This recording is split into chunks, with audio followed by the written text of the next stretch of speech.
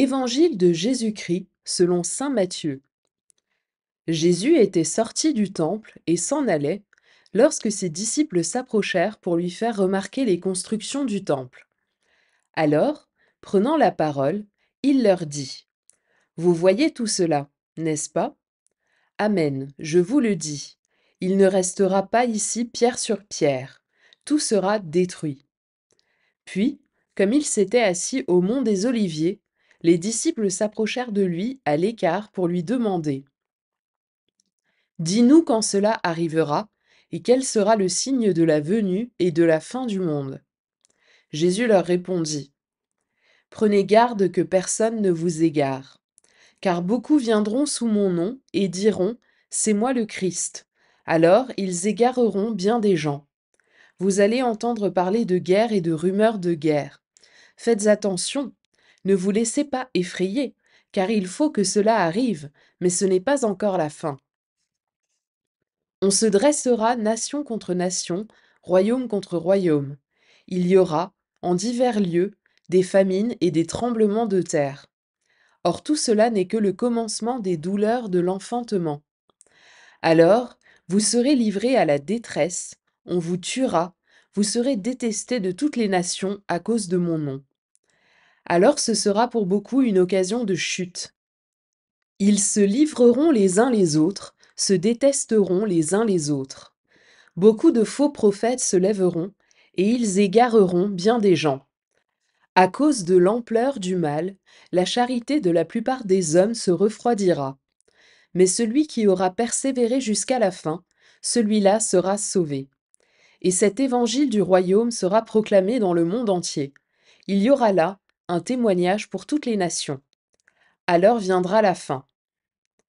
Lorsque vous verrez l'abomination de la désolation installée dans le lieu saint, comme l'a dit le prophète Daniel, que le lecteur comprenne, alors ceux qui seront en Judée, qu'ils s'enfuient dans les montagnes.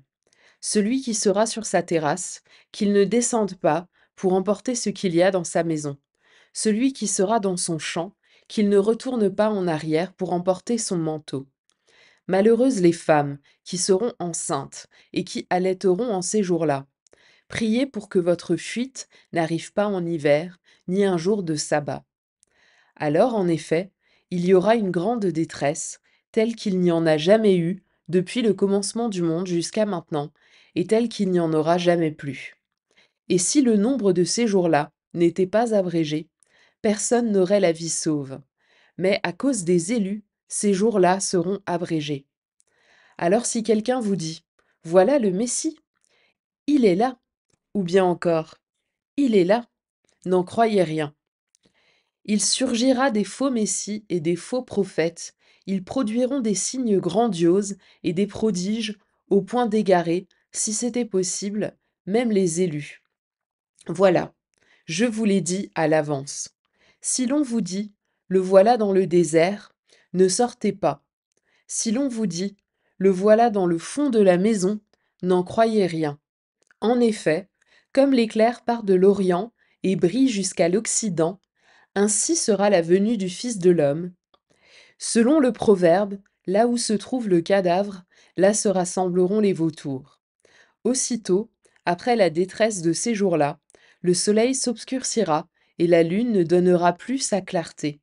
Les étoiles tomberont du ciel et les puissances célestes seront ébranlées. Alors paraîtra dans le ciel le signe du Fils de l'homme.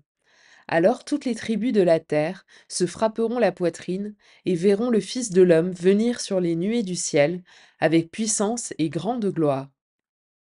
Il enverra ses anges avec une trompette retentissante, et ils rassembleront ses élus des quatre coins du monde, d'une extrémité des cieux jusqu'à l'autre.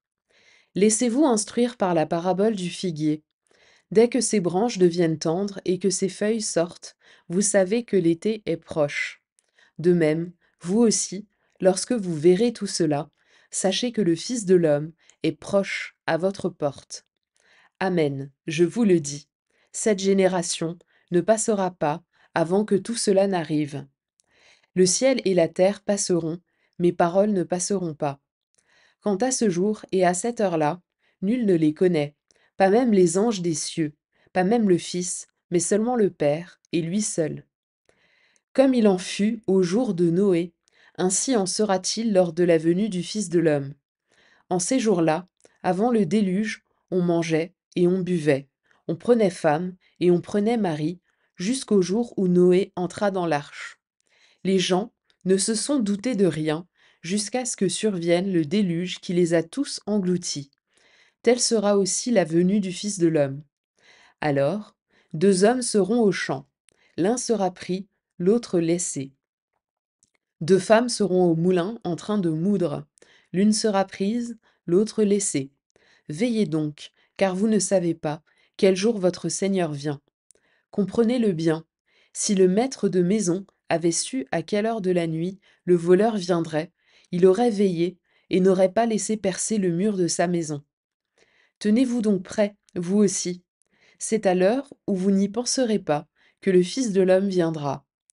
Que dire du serviteur fidèle et sensé, à qui le maître a confié la charge des gens de sa maison pour leur donner la nourriture en temps voulu?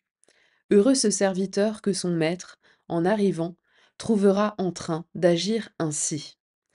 Amen, je vous le déclare. Il l'établira sur tous ses biens. Mais si ce mauvais serviteur se dit en lui-même: Mon maître tarde, et s'il se met à frapper ses compagnons, s'il mange et boit avec les ivrognes, alors, quand le maître viendra, le jour où son serviteur ne s'y attend pas, et à l'heure qu'il ne connaît pas, il l'écartera et lui fera partager le sort des hypocrites. Là, il y aura des pleurs et des grincements de dents.